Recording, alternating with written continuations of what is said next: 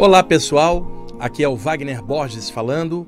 Este é o programa Viagem Espiritual, aqui pelos 95.7 FM da Rádio Vibe Mundial de São Paulo, nosso programa espiritualista de todas as quintas-feiras, das 19h30 até as 20h30. Aqui na parte técnica, como sempre, fiel escudeiro Tomás, e hoje eu vou contar para vocês o que eu havia combinado semana passada sobre o Shiva. Eu contei no programa anterior sobre aquela presença plasmada de Shiva, e na ocasião eu montei uma pequena aula sobre Shiva, e que eu já passei muitas vezes em podcasts, em aulas com imagens, mas aqui no programa de rádio não. Então eu vou tentar, sem imagens, apenas com o vocal, explicar para vocês essa vibração Shiva, vinda da velha Índia, esta atmosfera, assim como eu poderia falar de Krishna, de Rama, de Brahma, de Vishnu, dentro da cosmogonia hindu, os Upanishads, o conhecimento dos rishis lá no final dos Vedas, o Bhagavad Gita, o Ramayana e toda essa tradição da velha Índia que eu trago de outras vidas também, encarnado hoje aqui no Brasil com linguagem normal e natural, porém ainda tendo muito contato e muita sintonia com esta egrégora, essa atmosfera. Quando eu falo Índia, não estou falando da Índia de 2023, que tem cerca de 1 bilhão de habitantes, né? Muita gente para um país só. A Índia que tem vários níveis religiosos, no interior da Índia muita superstição, muita gente num lugar só, a confusão popular e urbana é muito grande. A Índia hoje tem bomba atômica, então a Índia, com aquela atmosfera dos Upanishads, ela remonta a milhares de anos antes de Cristo, pessoal. Então, ali houve um legado espiritual, o conhecimento dos grandes sábios, os grandes yogis, os grandes mestres daquela tradição. Eles desencarnaram com o tempo, foram embora, e a Índia hoje é um país como a China, o Brasil, os Estados Unidos, mais um país onde tem um monte de espírito encarnado, que somos todos nós. Mas a estrutura espiritual da Índia de hoje não é aquela da época dos Upanishads.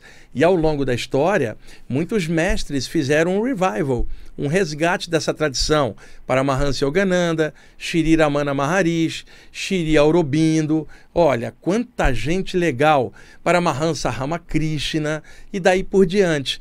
E hoje eu vou falar um pouquinho dessa atmosfera na questão da vibração do Shiva, tá? Eu posso até em outros programas falar de outras vibrações vinda da tradição hindu, e lembrando, a gente sempre tem que valorizar o momento presente.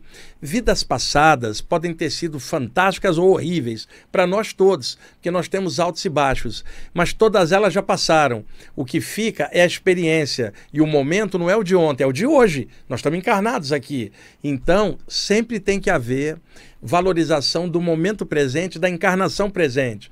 Vocês podem ter sido o Buda ou o Gengis Khan em outra vida. Nada disso paga seu boleto do seu aluguel hoje. Então tem que estar com o pé no chão. Quando se fala um revival, uma coisa captada num sentido espiritual, aí é atemporal, porque estamos falando de ideias, de conteúdos que um dia desceram na Índia, assim como teve a época que desceram no Velho Egito, teve a época da Velha China, e hoje a gente faz uma releitura adaptada para estudantes do Ocidente aqui no Brasil, que é isso que eu vou fazer com vocês na base do Shiva. Não precisa ir para a Índia e morar no Himalaia. Está no Brasil, vive aqui, aproveita a estadia nesse país maravilhoso e ensolarado que é o Brasil e vivencie o que tiver que vivenciar aqui. Agora, essa espiritualidade que um dia teve por sobre a Índia, o Egito, sempre é espiritual, tendo origem no mundo espiritual, apenas descendo a informação aqui, e às vezes aquela civilização naquela ocasião ancorava esse tipo de informação e adaptava, mas a informação espiritual, ela nunca foi hindu, nem egípcia, nem chinesa, não é brasileira ou americana. Informação espiritual é espiritual, ela vem do plano espiritual, ela não está presa a país, cultura, apenas é revestida de maneiras que dentro daquela cultura isto seja compreendido.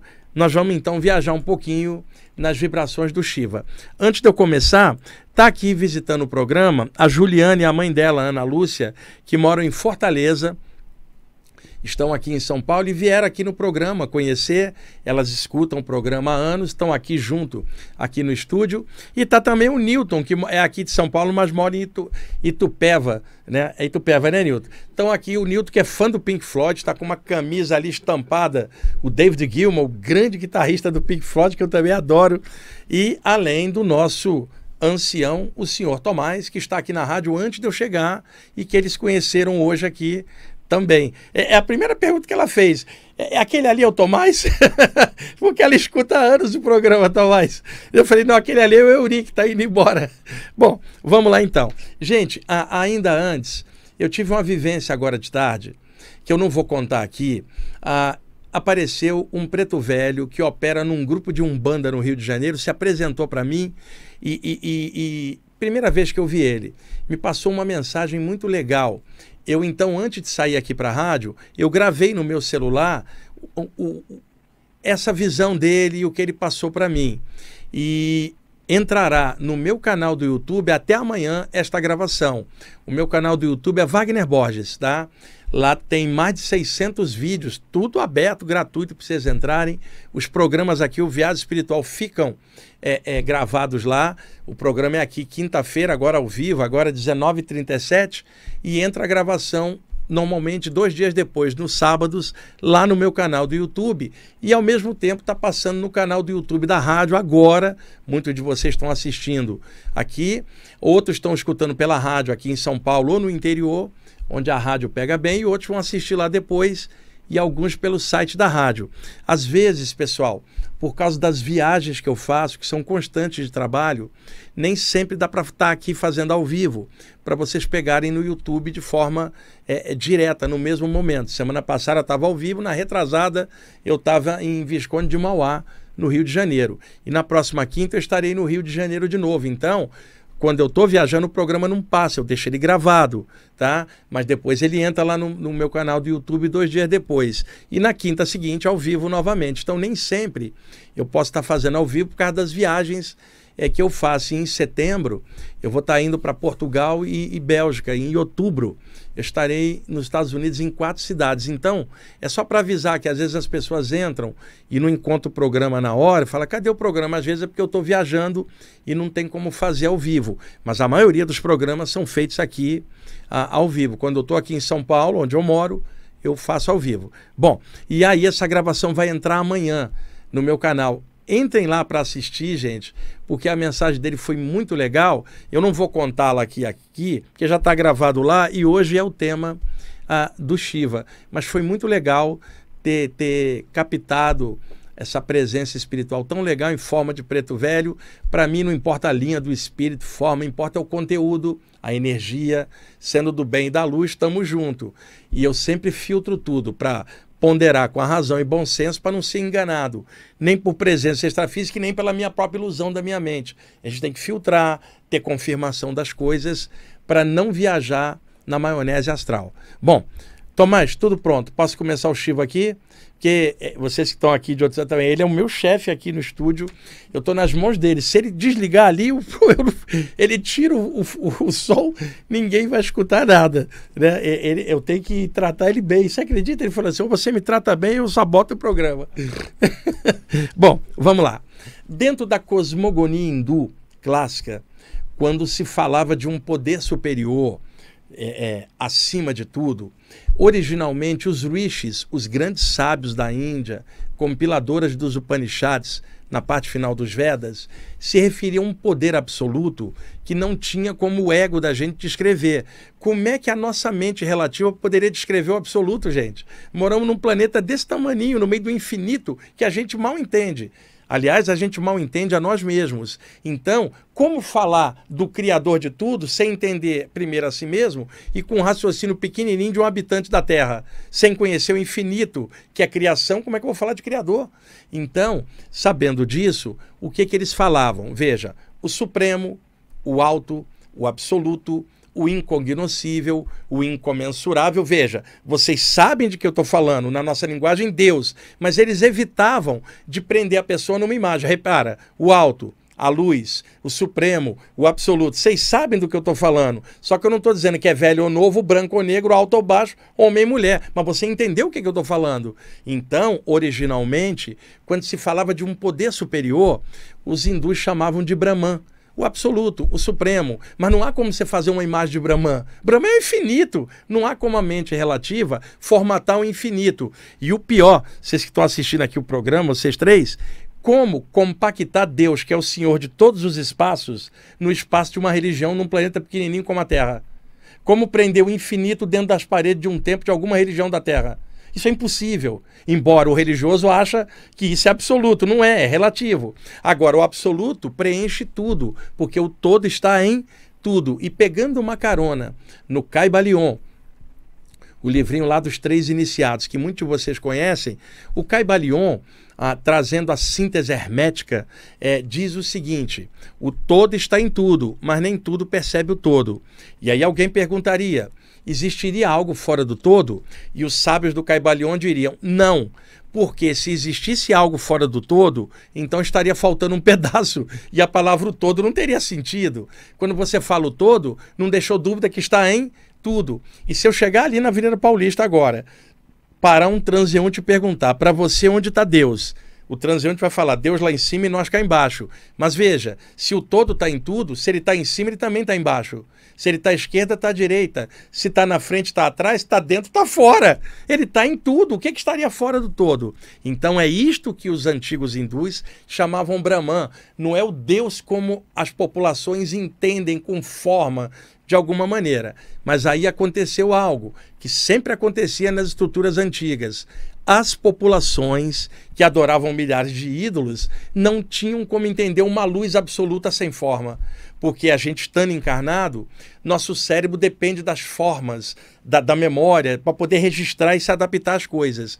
Então os sábios da Índia perceberam que o conceito do absoluto, que é Brahman, não cabia nas mentes pequenas da população. Daí eles fizeram uma adaptação.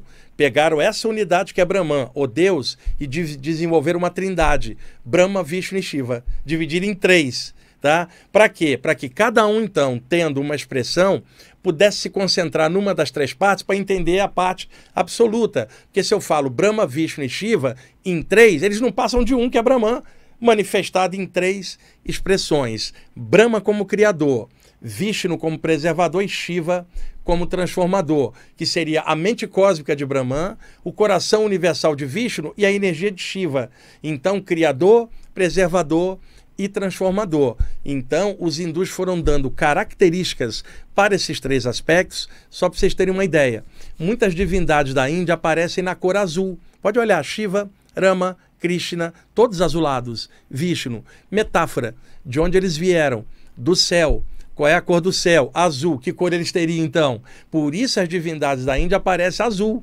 Mas, por exemplo, vocês que estão aqui, o Krishna era indiano, ele era moreno, mas nas imagens vai aparecer azulado. Você acha mesmo que tinha um cara azul na Índia, gente? Não é. É uma metáfora criada pela cultura para falar de um ser celeste em forma humana. O leigo não sabe desses detalhes. Outra, as divindades da Índia têm 4 mãos. Por quê? Uma mão toca a terra, que em sânscrito é Prithvi, a outra mão toca a água, que é Apas, a outra mão toca o fogo, que é Terras, a outra toca o ar, que é Vayu, e a cabeça é o Akasha, o éter universal. Por isso eles têm 4 mãos e em cada mão algum objeto representativo de alguma ideia.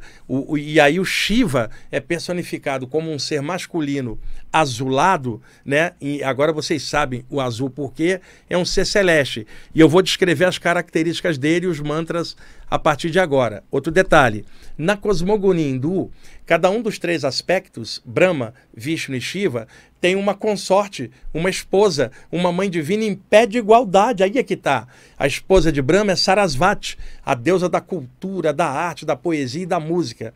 A esposa de Vishnu é a deusa Lakshmi, a deusa da abundância e da prosperidade. E a esposa do Shiva é a deusa Parvati, senhora da dança, da alegria e da cura. E com a Parvati, o Shiva teve 2 filhos, Ganesha e Kartikeya, que eu já contei em outros programas aqui. Então, feita essa breve introdução, bem resumida, porque aqui na rádio eu não tenho imagens, para mostrar, vamos agora aos aspectos do Shiva. Vocês se lembram que no programa anterior eu falei que eu estava ali no saguão da rádio, apareceu um mentor com a forma do Shiva e falou Pashupata, que era o senhor dos animais, e que um animalzinho desencarnou no veterinário. Logo depois, vocês que escutaram o programa se lembram.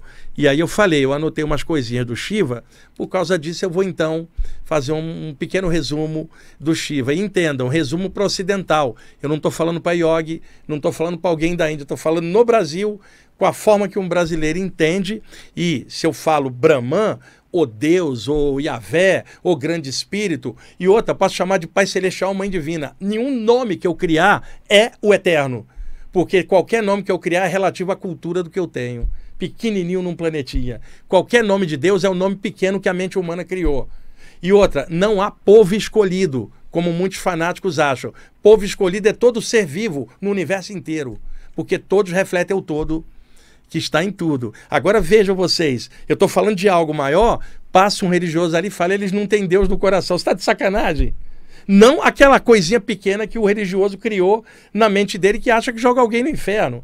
Eu estou falando de uma cosmogonia enorme, que transcende, não tem imagem, não tem limite. O nome, se uma criança chamar de Papai do Céu, também está certo. Se o índio chamar de Grande Espírito, está certo. Porque não é alto ou baixo, branco ou negro, homem ou mulher. É consciência cósmica. Como é que eu vou entender isso aqui no meu cérebro usando a forma? E é isso que os mestres da Índia fizeram. Corporificaram a unidade que é Brahman em Brahma, Vishnu e Shiva em 3 aspectos. E você pode chegar na Índia hoje e encontrar fanáticos de qualquer linha dessa. Fanático pelo Shiva, fanático pelo Vishnu, fanático por Brahma. Eles estão presos, assim como o religioso cristão está preso também nas coisas daqui. E aí é que as religiões às vezes se tornam prisões. Mas as religiões em si eram para transcender, ajudar o homem a religar com o eterno, e na verdade elas prendem no condicionamento cultural, e o que uma religião fala, a outra fala diferente, e o que é moral em uma pode ser imoral na outra. O que eu penso não é o que vocês pensam, não há como pensar nisso, mas há como sentir no coração. Mas o que você sente nem sempre você formata ou pode falar. É algo mais de consciência, que é o que falta na humanidade. Por isso as brigas por religião, os fanatismos, onde alguém segue uma religião e baixa a lenha nas outras, e nada disso é o divino, porque o divino é tudo. Não há como ter nada fora do divino. Vocês querem ver uma coisa, vocês 3 que estão aqui? Um cara um dia criou a religião do toco. E ele botava um toco e botava guirlanda de flores e falava, o toco é tudo. O todo está em tudo, então está dentro do meu toco. E fez a religião do toco. Tecnicamente está certo, já que o todo está em tudo. O problema é que o cara começou a achar que o todo só estava no toco dele e não no toco das outras. E é isso que criou a religião.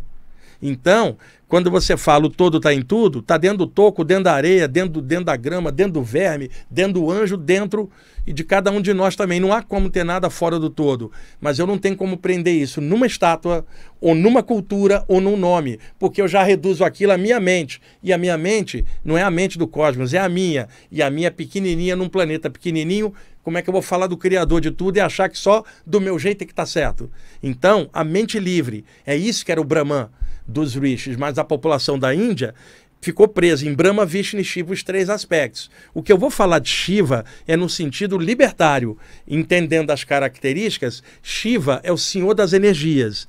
Energia para nós aqui em grego é movimento, atividade. É o que o hindu chamaria de prana, o que o chinês chamaria de chi e o japonês chamaria de ki, e na Europa o fluido vital, ou luz astral. Então, sendo o senhor das energias, lembrando que matéria é energia condensada, até o corpo é energia, tudo no universo é energia em graus variados de condensação, inclusive a matéria. Se Shiva é o senhor das energias, energia em grego é movimento. Movimento é vida. Então, se energia é movimento, como é que eu posso imaginar algo parado? Não tem a menor lógica. O cadáver que vocês deixam de um ente querido no cemitério, 1 ano depois que você for visitar, não é a mesma coisa. Ele é transformado na natureza. E aí eu lembro de aula básica de química, Lavoisier. Na natureza nada morre, tudo se transforma. Porque tudo é energia. Então não tem nada parado, nada morre, nada nasce. Só a transformação, que é energia. Esse arquétipo na Índia é Shiva, o senhor das energias. Então como é que poderia ter um fanático por Shiva? Porque o fanatismo paralisa e energia é movimento. Então, Shiva representa a consciência cósmica, energia em expansão. Conclusão, não pode haver apego, não pode haver prisão mental, porque Shiva é libertário. Então, no conceito original, a divisão Brahma, Vishnu e Shiva era só para dar uma ideia de infinito em forma humana. E aí as pessoas tendem a ficar presas nas formas. Aqui não, eu estou tentando usar a forma do Shiva para liberar do conceito. Então, vamos explicar agora características do Shiva, tá?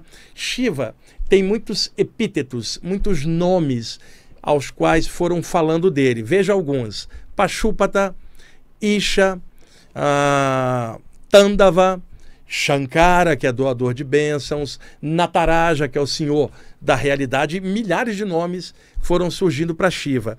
Para cada nome foi sendo formado um mantra. O mantra clássico do Shiva é Om Namah Shivaya, tá? Mas ele é chamado também de Isha. E aí você fala Om Namah Ishaya. Se ele for chamado de Shankara, Om Namah Shankaraya. Se ele for chamado de Tandava, Om Namah Tandavaya. Mantras relativos a cada nome que o Shiva tem. Dentre os artefatos que Shiva carrega um tridente na mão. Vocês podem olhar as imagens do Shiva, tem um tridente. Você imagina o que um religioso fanático aqui do Ocidente vai pensar? Shiva é o demônio, que está com um tridente. Você imagina a ignorância é vasta, infelizmente, aqui na Terra. E outra coisa, a ignorância sempre tem um fim, que é quando começa o conhecimento. Mas o conhecimento jamais terá fim, porque é o infinito.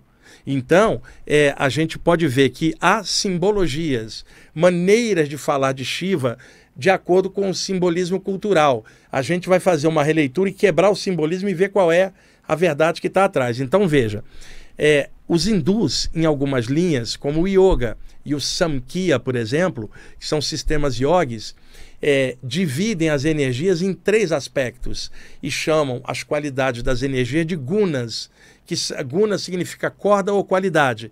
Então eles dividem as energias gerais em 3 qualidades ou 3 gunas, que são tamas, rajas e sattva.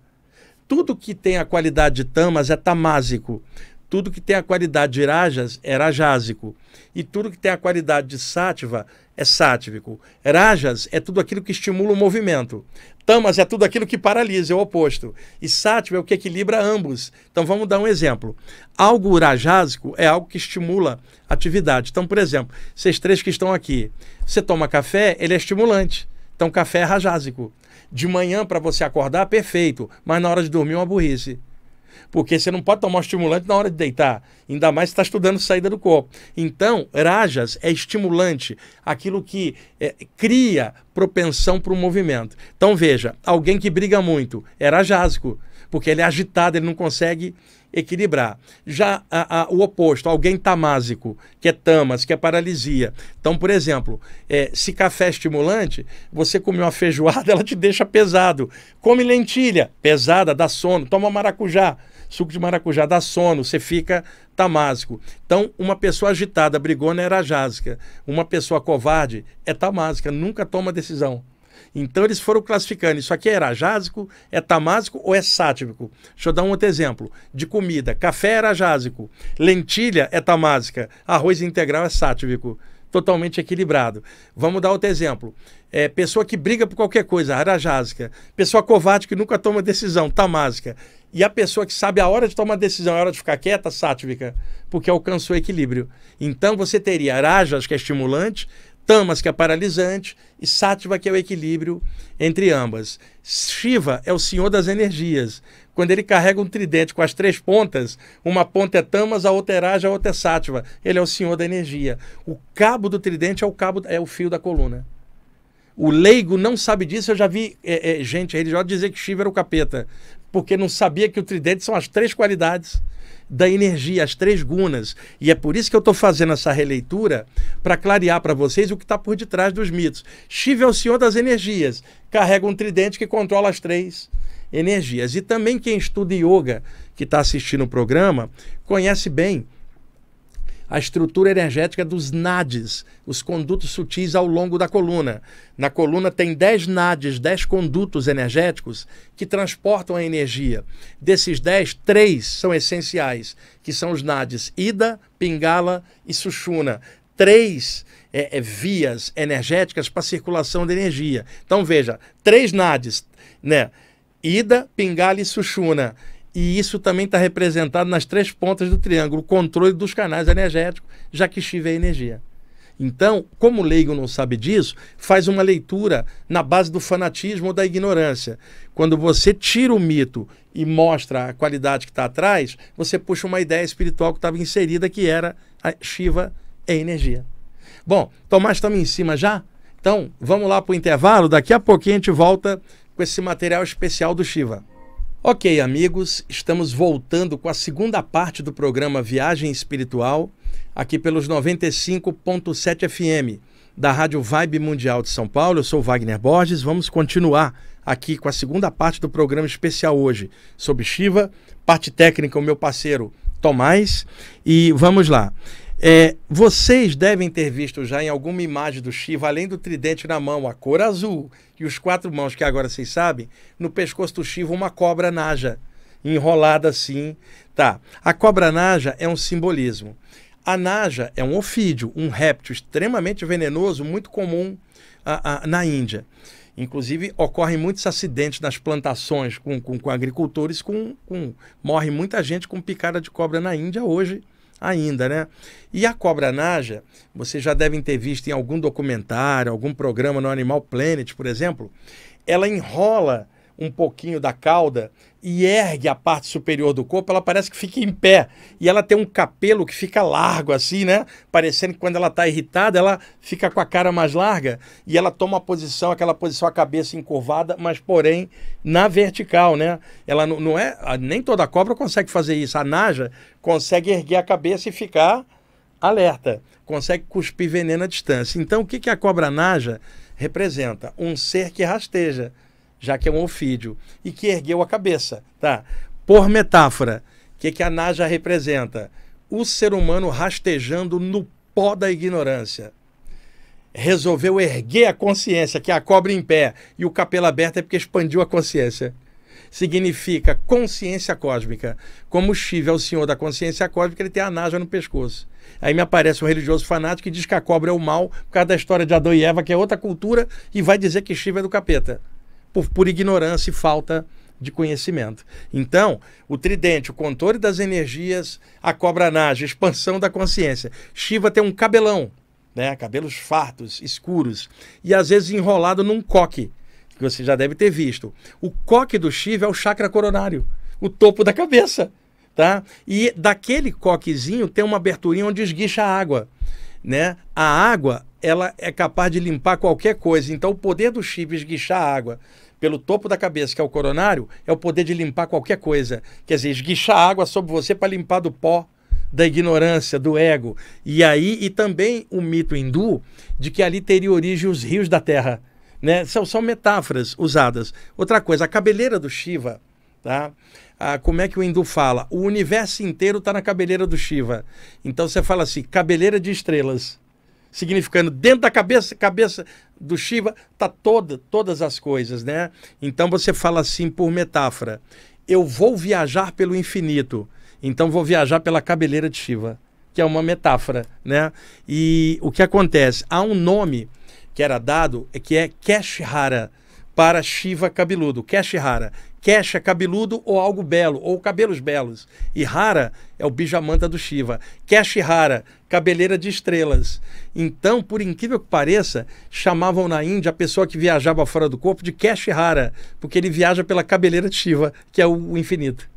São metáforas, né? Também se usa em sânscrito a expressão Ananda, que é bem-aventurança, uma coisa elevada. Então você fala Keshara Nanda, a cabeleira de estrelas de Shiva, onde viaja alguém espiritualmente feliz e na bem-aventurança.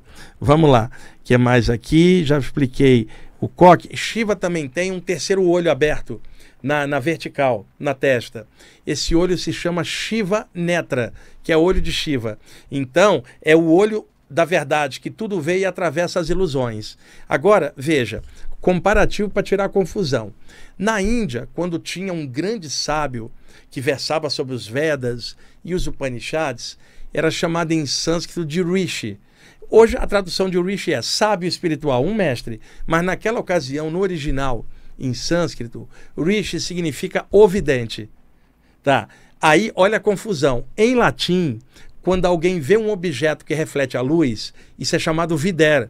Por corruptela, vidência, que é a arte de ver. Tá? E clarividência, o ver além. Então, para o latim, vidente é aquele que vê a reflexão da luz no objeto. Mas se eu uso a palavra vidente do Oriente, o contexto é outro. Vidente significa aquele que vê além da ilusão. Significa nada mais o ilude, ele vê o real. E o real é Shiva.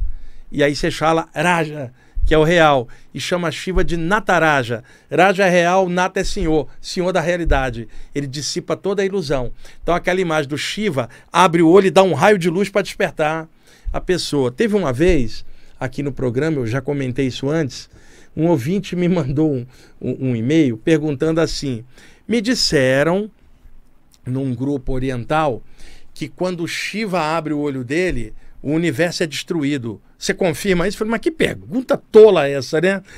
Na verdade, era o seguinte, Shiva abre o olho dele é o olho da realidade. Por que se diz que o mundo acaba, termina o mundo? No sentido, ele está vendo um devoto preso no mundo da ilusão. Ele joga o raio do discernimento para acabar com o mundo da ilusão, que não é acabar com o mundo físico, mas acabar com as ideias equivocadas. O fim do ego dela, que não é o fim do mundo, coisa nenhuma. Você vê como é legal você poder trazer informação. Então, Shiva Netra é o nome do olho de Shiva e existe até um mantra para o olho de Shiva. Om Namah Shiva Netraya, para o chakra frontal. Para quem conhece bem a parte dos chakras e clarividência, pulsar luz na testa com Shiva Netraya mentalmente, sem mexer a boca, diretamente com o chakra frontal. Embora para explicar isso aqui seja um pouco difícil aqui pela rádio, sem ter a imagem. Deixa eu ver que mais que eu anotei. Tá? Espera só um instantinho, gente. Shiva também é chamado às vezes Mahadeva. Em sânscrito, quando você quer magnificar algo, você usa a expressão Maha, significa você magnificou. Então, por exemplo, Deva em sânscrito, divindade. Mahadeva, grande, divindade, você magnificou. Por exemplo, Tomás, ok. Se você fala Maha Tomás, fala o grande Tomás. Você magnificou. Mas o grande ali é um título, não é medida de espaço e 3 dimensões. Quando eu falo grande, eu não estou preso em altura, largura e profundidade. Porque se eu falo grande, você vai me perguntar qual o tamanho. Não é isso. Eu te falo assim, Deus é grande, você vai me perguntar o tamanho. É Maha, quer dizer, é incomensurável, grandioso, no sentido, não há medidas para a gente medir o eterno. Tudo que a gente vai fazer é picotar e trazer de forma pequena, religiosa, uma visão distorcida. Então, você fala Shiva ou Mahadeva, o grande Deus, para quem gosta do Shiva. E aí, o nome pode compor um mantra, Om Namah Mahadevaya, por exemplo, como muitos usam. Se chamar o Shiva de Shankara, Shankara significa doador de bênçãos, aquele Deus que abençoa. Você falaria Om Namah Shankaraya. E era comum na tradição yogi, o mestre, em algum momento, vendo que o discípulo já está pronto, substitui o nome de família do discípulo e cria um nome iniciático yogi para chamá-lo de agora em diante. Por exemplo, o cara se chamava Mukunda Lal Ghosh. O mestre dele falou, você a partir de agora se chamará Yogananda. Porque yoga é união, Ananda é bem-aventurança. E através da Kriya Yoga você vai levar felicidade ao mundo. Você agora é Yogananda. Então era comum substituir o nome e dar um nome que tivesse a característica do discípulo. Então havia, no século 8 depois de Cristo, um grande yogi que adotou o nome de Shankara. Só que Shankara é um dos nomes do Shiva. Mas como ele escreveu um livro que ficou famoso, se chama Viveka Chudamani, a joia suprema do discernimento, quando você fala em Shankara, você teria 2 interpretações. O autor do livro, que é um grande yogi, e o Shiva, do qual ele tomou o nome de Shankara. Então eu costumo dizer que o Shankara, autor do livro, é o Shankarinha. O Shankarão é o Shiva, o doador de bênçãos. O Shiva, chamado Tandava, Tandava é um aspecto que pode ser compreendido na Índia. Na Índia existe o hábito há milhares de anos de cremar os cadáveres. Isso aí é da cultura deles. Quando um ocidental fala de cremação, não entende quase nada, é condicionamento religioso. Porque, principalmente na área espírita e na área da Umbanda, o pessoal não crema porque o espírito pode ficar preso. Se fosse assim, todo hindu estava lascado. Eu vejo espíritos hindus, não vejo sequer chamuscado. E outra, aqui no Brasil, por lei, tem que esperar 48 horas para cremar. Outrora era 72. Na Índia crema em 12 horas. Milhões de pessoas. Quer dizer, é condicionamento quando você fala de uma outra coisa, que o ocidental está mais preso na ideia da matéria, do visual e do registro. Para o hindu, o registro é o espírito, então o corpo vira pó, pelo fogo. Pelo menos era assim na cultura antiga. Hoje o hindu faz por condicionamento religioso. Então, Tandava é o Shiva no crematório. Também é senhor dos crematórios, também adaptando senhor dos cemitérios. Vamos supor o seguinte, vocês três estão desencarnados. E aí vocês estão olhando os despojos, ainda identificado com aquilo, não entra na luz.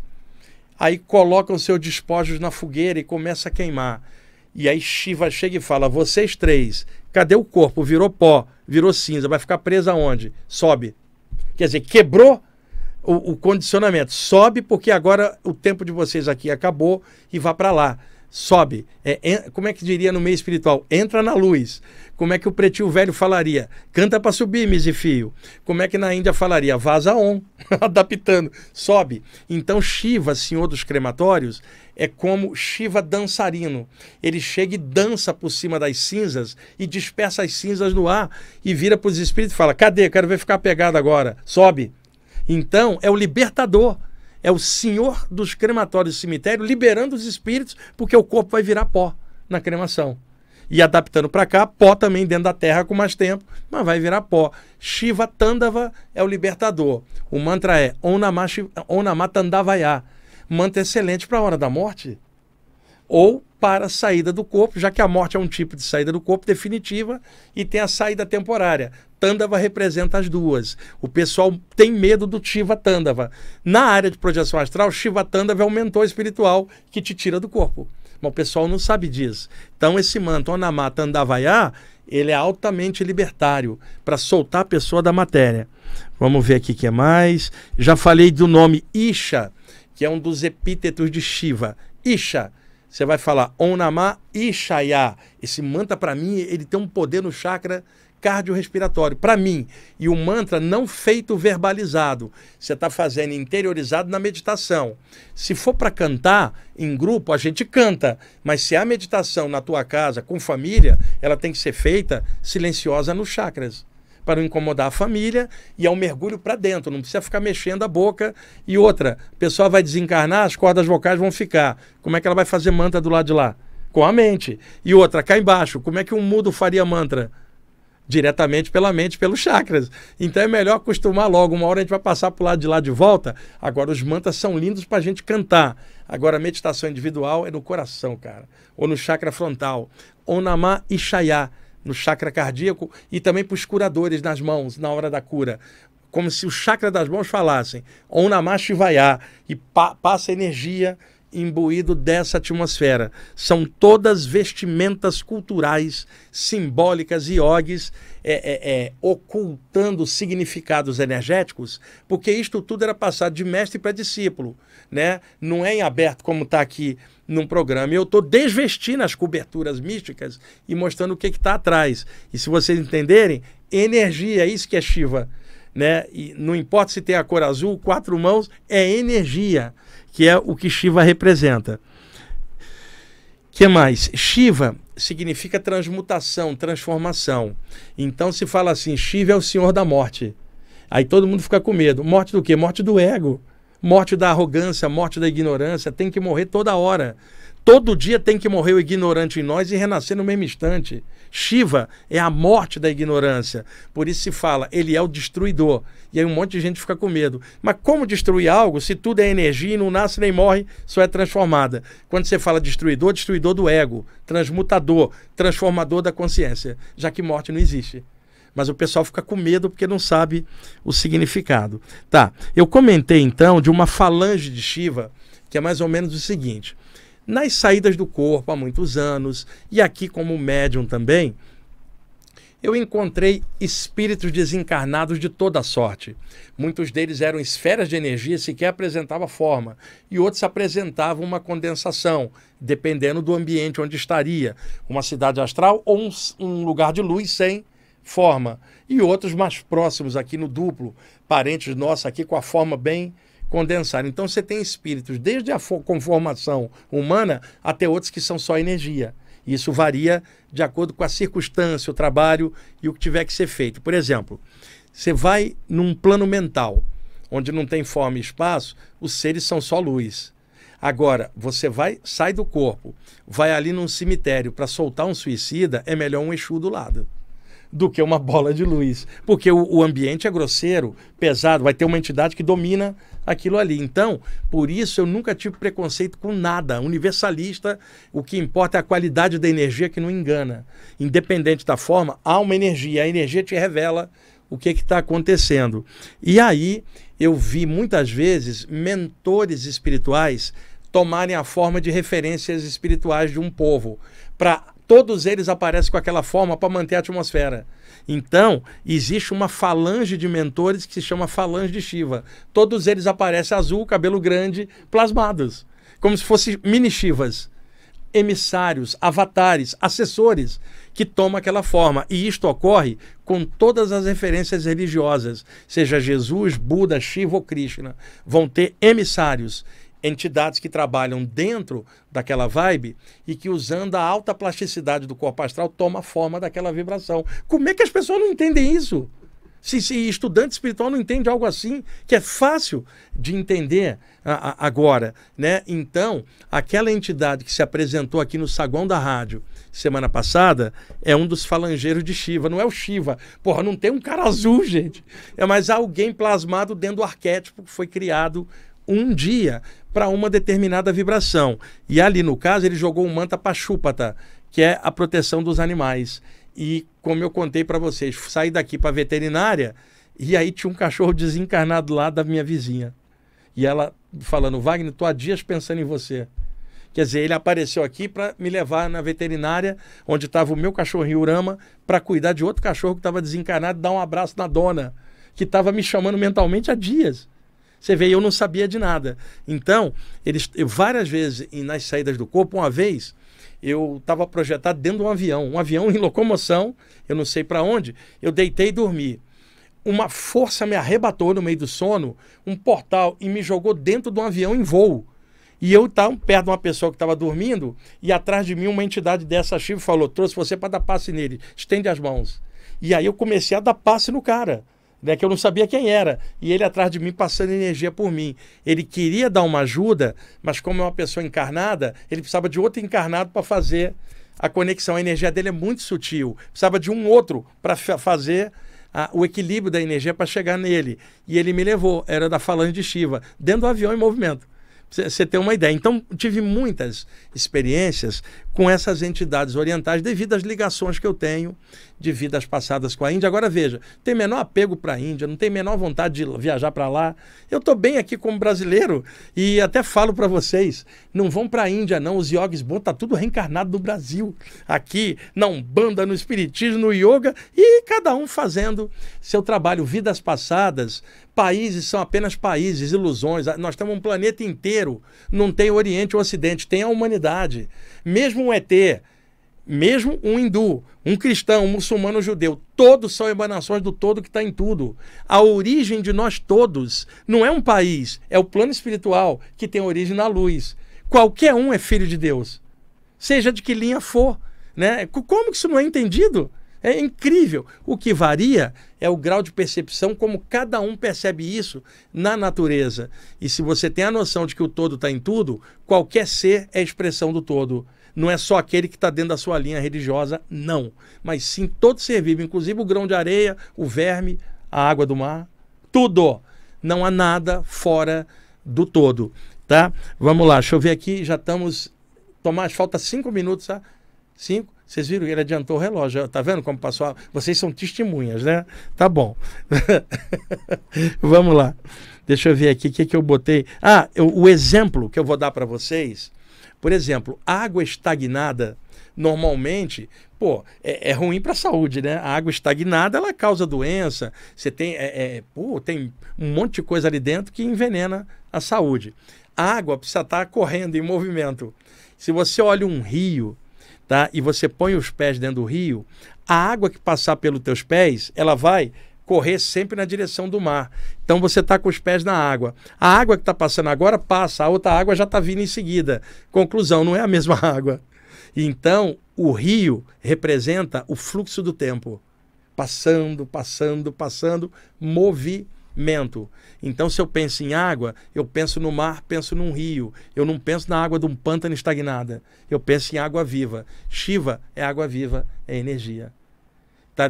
Fazendo uma analogia, é o que cura, é o que traz luz, é o que vibra. Isto é Shiva, representado num arquétipo. Energia, transmutação, transformação, água viva, fluência, energia, desapego. Isto é Shiva, desvestido de todo o simbolismo com o qual vocês conheciam. E eu sei que é muito difícil explicar isso sem imagens aqui, mas didaticamente eu estou tentando, né, com a habilidade que eu tenho didática, tentando explicar o melhor possível para vocês.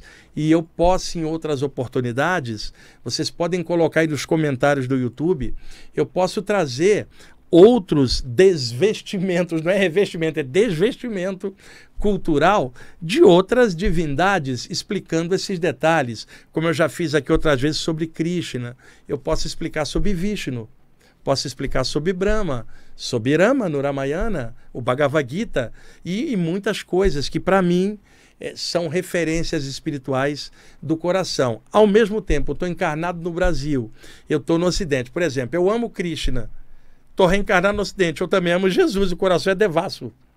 Porque eu amo aqueles que falam de amor, de luz, de sabedoria. Não me importa a linha, não me importa se é Moisés, se é Maomé, se é Krishna, se é Jesus, o Pai Joaquim ou Iemanjá. Me importa qual é o teor daquilo, o que eu sinto com aquilo de amor, de luz, e aí a minha mente não consegue ficar lacrada numa vibração só, porque se o todo está em tudo, por que minha mente vai ficar lacrada numa coisa só? Ao mesmo tempo, aconselho a vocês terem um lugar para participar e uma linha para frequentar, porque isso é legal, é humano, só não lacra a mente dentro daquela linha, porque nenhuma linha tem tudo, só Deus sabe tudo.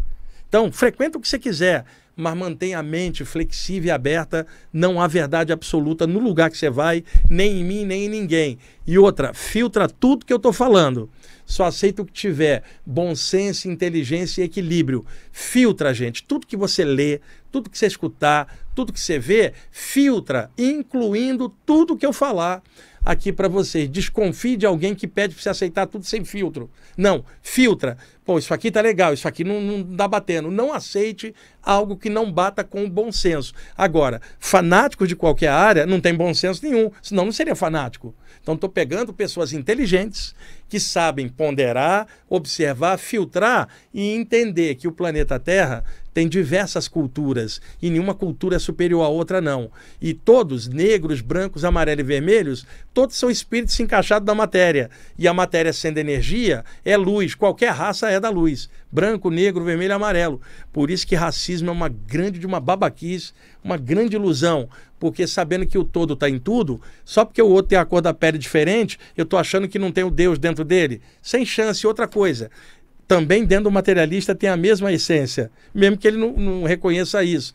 Tá? A coisa que mais deixa um religioso fanático de qualquer área, e lembrando que dentro da área espiritual também tem fanáticos, porque tem tudo, a coisa que mais um fanático detesta é encontrar um materialista feliz. Porque se o materialista está feliz, é possível ser feliz sem a tua religião.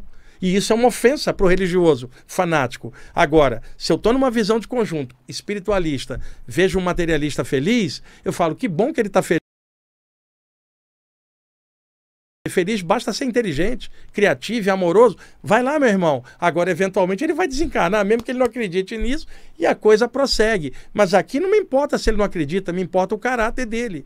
Se o caráter é bom, não importa se ele é religioso ou materialista, é a atitude. Aí veja, eu estou dentro de uma linha espiritual e falo assim, aquele ali é materialista, está perdido, vai para o umbral. Você imagina? Eu é que vou para o umbral porque estou julgando o outro. Isso é uma besteira enorme. Então, quando a tua mente está mais aberta, teu coração também tem maior compreensão. E aí já não importa a linha do outro. E sim, o respeito a cada passo do outro, ainda mais se o passo está levando para a luz. E se o passo está levando para a treva, não importa a linha, isto é ruim. É só filtrar. Isso aqui é legal, me ajuda a evoluir, me ajuda a pensar no bem. Esteja firme. Agora, isso aqui cria dependência. Não me deixa feliz, ainda me reprime, caia fora, seja que linha for. porque conhecimento espiritual tem que ser libertário, gente. Tem que expandir a consciência da gente, aumentar a compreensão sobre as coisas. No meu caso, como eu trabalho com isso, as coisas que eu falo aqui estão dentro do que eu sei e do que eu sou. Eu não tenho um personagem, não. Eu sou desse jeito o tempo inteiro. E tenho amigos pra caramba, religiosos, materialistas, que eu prezo pela amizade. E ao mesmo tempo estou com o pé no chão. Ô Newton, eu sou botafoguense, meu time é o líder do Campeonato Brasileiro, ganhou na Sul-Americana ontem, segue o líder. Então, pé no chão. Tomás é Palmeiras, né, Tomás?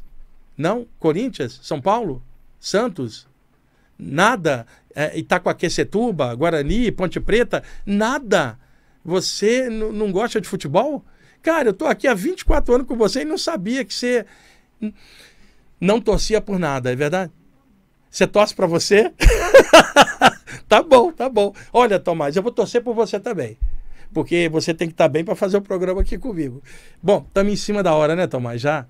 Vocês viram como ele adianta o relógio? Aqui dentro passa rapidinho. Vocês três são testemunhas. Bom, gente, é o que temos para hoje, tá? Falamos de Shiva.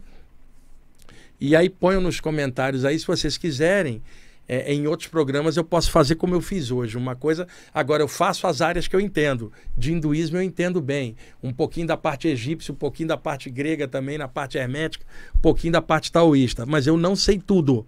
Então, dentro do que eu sei, eu vou tentando trazer numa vibe espiritualista aberta, universalista. E por isso eu estou aqui há 24 anos no ar, dessa mesma forma. Tá bom? Então, dê um jeitinho de serem felizes na linha que vocês quiserem ou em nenhuma linha. Mas vê se cresce, melhora, seja feliz. Que uma pessoa feliz não enche o saco. Tomás, tudo ok? Então, obrigado, gente. Até mais.